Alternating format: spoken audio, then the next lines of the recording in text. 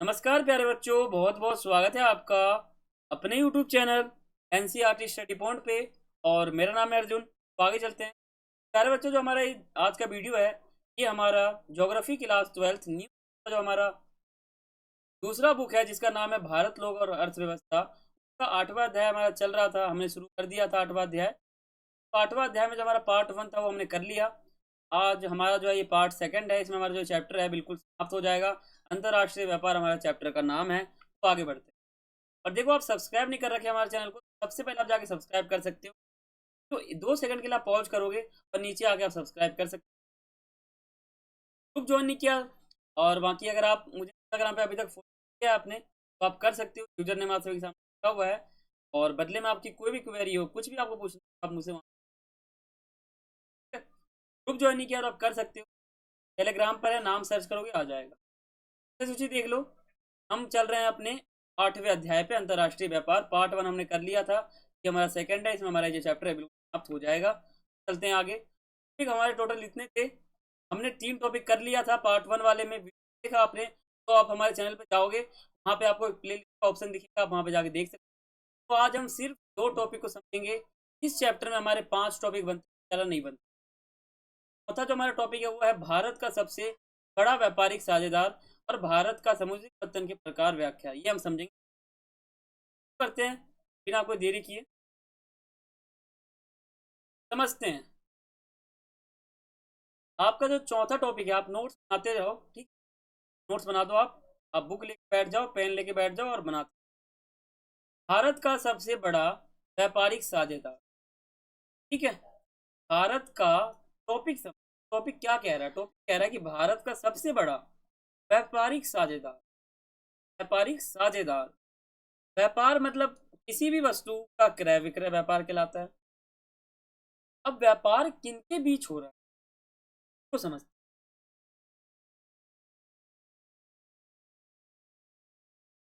देखो, भारत का सबसे बड़ा व्यापारिक साझेदार, भारत जो है ना, वो भारत जो देश है, वो 2003 और 4 तक संयुक्त राज्य अमेरिका से सामान खरीदता था। ठीक है? कब? 2003 और 4। लेकिन बाद में क्या हुआ, और व्यापार भी करता था इसके साथ, संयुक्त राज्य अमेरिका के साथ। ठंडा देख सकते हो आप ऊपर का। लेकिन 2008 से 11 के बीच क्या हुआ ना, चीन से भी इनका सामान आयात और निर्यात होने लगा। देख सकते हो आप, ऐसा है। क्या हुआ कि जब 2003-4 चल रहा था, तो जो है संयुक्त राज्य अमेरिका से जो है भारत देश का व्यापार होता था। अच्छा साझेदार था कौन? संयुक्त राज्य अमेरिका। लेकिन 2008 और 11 के बीच क्या हो गया, कहीं ना कहीं चीन से भी व्यापार हो गया। किसका? भारत देश का। कहीं ना कहीं बदल रहा है यहाँ पे। यही जो है ना भारत की व्यापारिक साझेदारी है। भारत का सबसे बड़ा व्यापारिक साझेदार जो हमारा टॉपिक था, इसमें हमें यही समझना था कि भारत पहले किससे सामान खरीदता था और अब किससे खरीदने लगा है। बस इसी को हम कहते हैं व्यापारिक साझेदार। समझ गए? यही हमारा इसका आंसर है। अब हम अपने अगले टॉपिक की ओर बढ़ते हैं। अगला टॉपिक हमारा है 5वां, भारत के समुद्री पत्तन के प्रकार और उनकी व्याख्या। ये समझना है। इस चैप्टर का सबसे लास्ट टॉपिक हमारा यही है। इस टॉपिक को समझ लो, आपका चैप्टर समाप्त हो जाएगा। और जो आपने नोट्स बनाया है उसको आप एक जगह संभाल के रख लो, और उसको आप पढ़ लेना जब भी आपका पेपर हो। और मेरी वीडियो को भी आप देख लेना, सब्सक्राइब करके रख लो चैनल को, सही रहेगा। पहला है पूर्वी पत्तन। का अर्थ समझो, भारत के समुद्री पत्तन के प्रकार। पहले हम ये समझेंगे कि भारत का जो तट है, वहां पे कितने प्रकार के पत्तन आपको देखने, फिर उन पत्तन की व्याख्या समझेंगे। तो हमारे 2 प्रकार के भारत में पत्तन है। पहला पूर्वी पत्तन है, दूसरा पश्चिमी पत्तन है। 2 पत्तन है हमारे, ध्यान रखना आप, 2 पत्तन है हमारे। अब जो पूर्वी पत्तन है वो भी कई प्रकार के हैं। पूर्वी जो साइड भारत का है, पूर्व वाला साइड, तो पूर्व वाला साइड भारत का है। भारत मैप में आप देखो, पूर्व वाले साइड में जो पत्तन आते हैं उनका नाम बता दो। कोलकाता पत्तन आ जाता है हमारा पूर्व वाले साइड में। हल्दिया पत्तन आ जाता है हमारा पूर्व वाले साइड में। ये सभी आपके एनसीईआरटी बुक में। विशाखापट्टनम आ जाता है आपके पूर्व वाले साइड में। चेन्नई पत्तन आ जाता है आपका पूर्व वाले साइड में। और कोरिन पत्तन एक, ये आपका आ जाता है पूर्व वाले साइड में। ठीक है। अब बात करते हैं पश्चिमी साइड। कांडला पत्तन आ जाएगा, मारमगोआ पत्तन आ जाएगा, और मुंबई पत्तन आ जाएगा। आपके एनसीईआरटी बुक सभी पूरा क्लियर दे रखे हैं, वहीं से किया है बहुत। और हर पॉइंट में आपको एनसीईआरटी से हट के बता रहा हूँ, ठीक है, अच्छे तरीके से बता रहा हूँ ताकि आपको समझ में आए।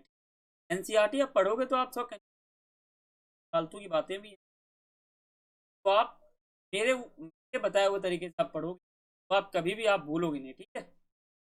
पत्तन है कुछ भारत के दो साइड में है ये कुछ पत्तन देख रहे हो, ऐसा दिखता है। अब हम देखो, मैंने यहाँ पे टॉपिक का नाम क्या लिया था, भारत के समुद्री पत्तन प्रकार। तो प्रकार तो हमने यहाँ समझ लिया, बिल्कुल दो पत्तन थे हमारे, पूर्वी पश्चिमी, और इनमें ये सब पत्तन आते। तो आप यहाँ पे एक चीज ध्यान रखो कि जो हमारे दो पत्तन आते हैं पूर्वी और पश्चिमी, और जो पूर्वी के अंदर जो पत्तन आते हैं और जो पश्चिमी के अंदर जो पत्तन आते हैं, ये तीन पत्तन हो गया हमारा यहाँ पर, और दो चार पाँच, पांच पत्तन हमारे यहाँ पे हो। तो इन आठों पत्तन की व्याख्या है वो हम समझेंगे आगे। तो पहले हम समझते हैं कोलकाता पत्तन। पहले आप यहाँ देखो, यहाँ पे पहला क्या दे रखा है, कोलकाता पत्तन। पहले हम क्या समझेंगे, कोलकाता पत्तन। ये कोलकाता पत्तन का दृश्य है, ऐसा पत्तन दिखता है कोलकाता में अगर आप जाओगे तो वहां देखो। कोलकाता पत्तन हुगली नदी पर स्थित है। ये आप फोटो देखो यहाँ पर ये कोलकाता जो पत्तन तो बंगाल की खाड़ी से 128 किलोमीटर अंदर स्थित है। वही पत्तन के मुकाबले जो कोलकाता पत्तन है ना, वो अंग्रेजों द्वारा ही बनाया गया था, इसका विकास किया गया था। कोलकाता को भारत की राजधानी प्रारंभिक लाभ प्राप्त हैं। अगर आप हिस्ट्री के स्टूडेंट तो आपको पता होगा ब्रिटिश राज जब आया था, मुगल काल भी आपने देखा होगा, कोलकाता जो पत्तन विकास हुआ।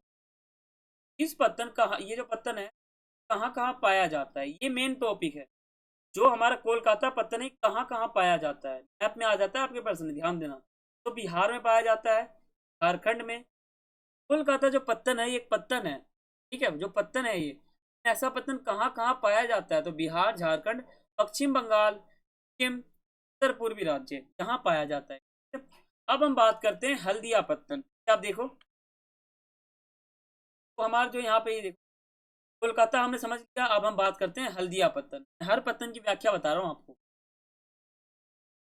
हल्दिया पत्तन, हल्दिया पत्तन कोलकाता से 105 किलोमीटर अंदर अनुप्रभा डाउन स्ट्रीम पर स्थित है। ये देख सकते हो पूरा बड़ा सा इलाका है पूरा। इस पत्तन का निर्माण कोलकाता पत्तन की संकुलता को घटाने के लिए किया गया था। आपके एनसीईआरटी में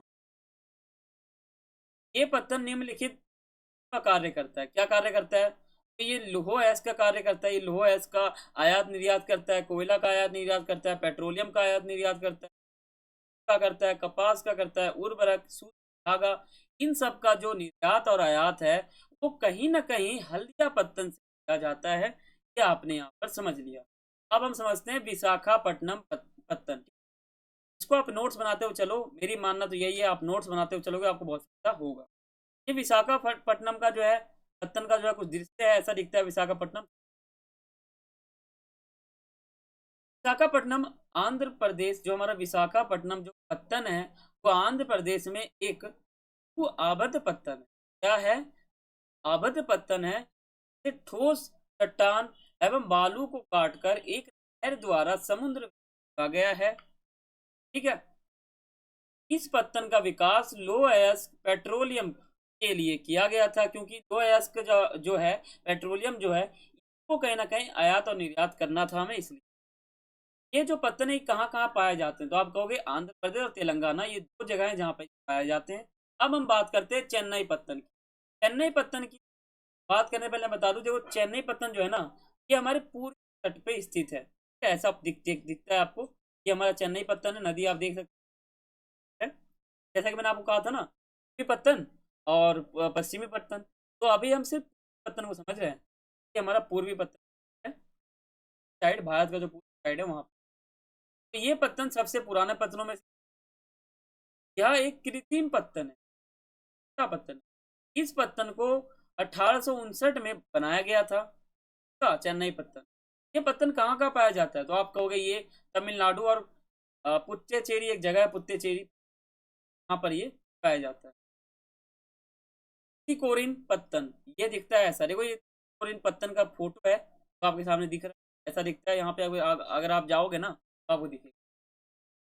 कोरिन पत्तन का निर्माण जो है चेन्नई पत्तन के दबाव को कम करने के लिए क्या हुआ था ना, जो चेन्नई का पत्तन है तो कहीं ना कहीं दबाव पड़ गया था कि भाई ये सामान आयात नहीं हो रहा है, ये निर्यात नहीं हो रहा है, प्रेशर सा आ गया था चेन्नई पत्तन के। क्या हुआ, वैज्ञानिकों ने सोचा, लोगों ने सोचा कि अब इसको इसका दबाव है, तनाव जो है उसको कम करने के लिए उस पत्तन का नाम हम क्या रखें, तो सोचा कि चलो उसका नाम हम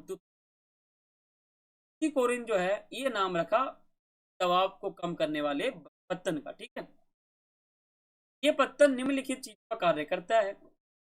क्या करता है, कोयला का आयात निर्यात करता है, नमक का आयात निर्यात, खाद्य तेल का, चीनी का, पेट्रोलियम का, इन सब का आयात निर्यात कौन करता है, तो आप कहोगे तुतिकोरिन पत्तन का जो है चेन्नई पत्तन को कम करने के लिए, दबाव को कम करने का। अब हम समझते हैं कांडला पत्तन, ऐसा दिखता है, देखो फोटो कांडला पत्तन का है, ये ऐसा दिखता है। कांडला पत्तन का निर्माण मुंबई पत्तन के दबाव को कम करने के लिए हुआ था। ठीक, कांडला जो पत्तन है इसका निर्माण किस लिए हुआ था, मुंबई पत्तन के दबाव को कम।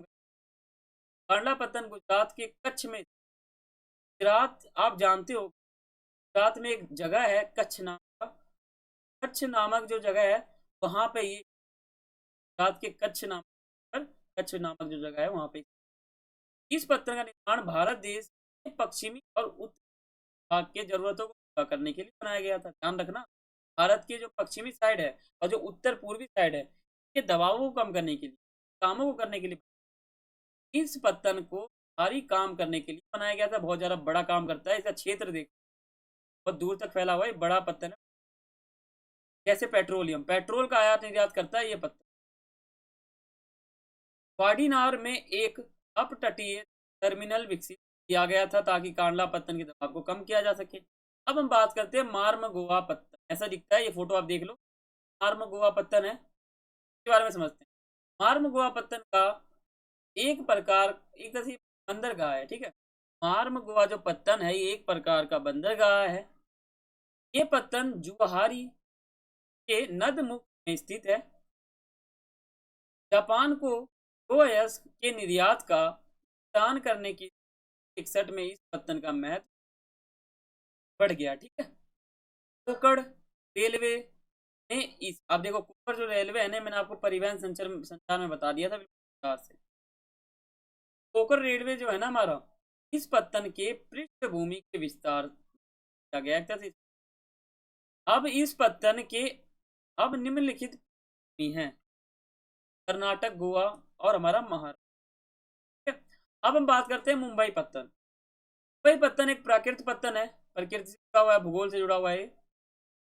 ये देश का सबसे बड़ा पत्तन है। ठीक है, ये पत्तन निम्नलिखित जगह पर स्थित है। कौन सी जगह, तो आप कहोगे मध्य पूर्व, मध्य सागरीय देश, अमेरिका और उत्तरी अफ्रीका, यूरोप, जहां से देश के व्यापार का अधिकांश भाग संचालित किया जाता है। ज्यादातर व्यापार जो है होता है, ये ध्यान रखना। मुंबई पत्तन जो है ये 20 लंबा है, पूरी लंबाई की बात करें तो 20 लंबाई देख सकते हो, और 6 से 10 किलोमीटर चौड़ा है। इसकी लंबाई देखो तो बहुत दूर है, और चौड़ाई की बात करें तो इसमें 54 गोदियां, और देश का विशालतम टर्मिनल है, ये बहुत बड़ा है ये टर्मिनल। इस पत्तन पत्तन का जो पृष्ठ वो है मध्य प्रदेश, महाराष्ट्र, गुजरात, उत्तर प्रदेश और राजस्थान। ठीक है, ये आप इसका मैप देखो, ये पत्तन समुद्री मार्ग, ये आपके एनसीईआरटी बुक का मैप है जो मैंने आपके सामने रखा हुआ है। सभी किसको दर्शाते हैं, ये सभी आपको दर्शाते हैं पत्तन को। यहाँ सभी पत्तन आपको दिख रहे होंगे, विशाखापट्टनम है, कांडला पत्तन, सभी आपको यहाँ पत्तन दिख, तो आप यहाँ पे देखिए, यहाँ पे जो हमारा चैप्टर था ये हो जाता है समाप्त।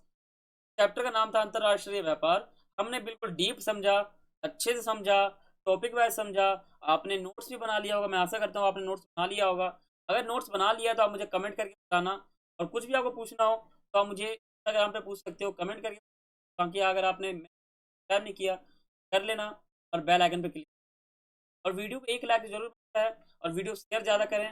हाँ, कमेंट जरूर करें कि आपको ये सब कैसा रहा, आपको चैनल से कुछ फायदा हो रहा है कि नहीं हो रहा। ठीक है, तो आप ये कमेंट कर सकते हो। अपने अगले वीडियो यानी अपने अगले चैप्टर में, जो कि हमारा भौगोलिक परीक्षा दैनिक तुझ एवं कुछ चैप्टर मिलते हैं। थैंक्स फॉर वॉचिंग, जय हिंद।